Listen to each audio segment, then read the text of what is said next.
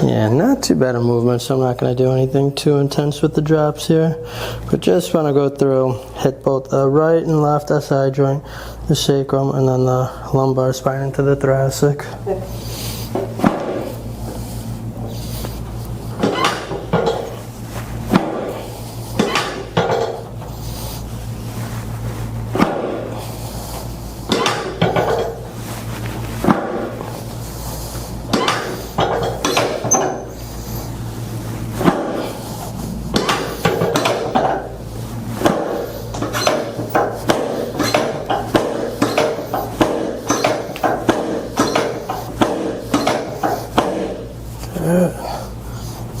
You even felt that one up in there again.